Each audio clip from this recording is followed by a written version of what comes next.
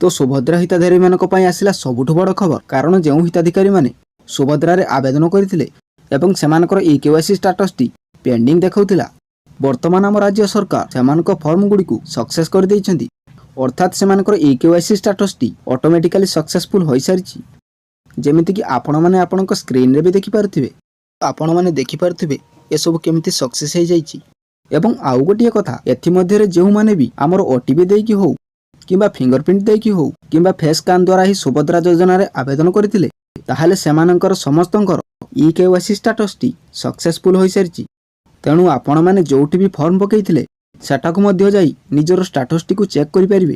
कारण सरकार ए पर्यंत साधारण लोक मानकु एमिति कोनसी सुविधा देई नाहंती जहाद्वारा कि आपण निजर स्टेटस निजे चेक करि परिबे। कारण आपण देखिथिबे यूट्यूब रे एबे बहुत प्रकार वीडियो आसुची आ जेउथिरे कुहा जाउची कि आपण निजर स्टेटस निजे घरे बसी चेक करि परिबे। तो दर्शक बंधु मु एठारे आपनकु कहि रखिबाकू चाहिबी कि से सब फेक वीडियो अटे। तेणु आपण ही गुजब उपरे विश्वास करंतु नाही ओ एहाठारु जथा संभव दूरे रुहंतु।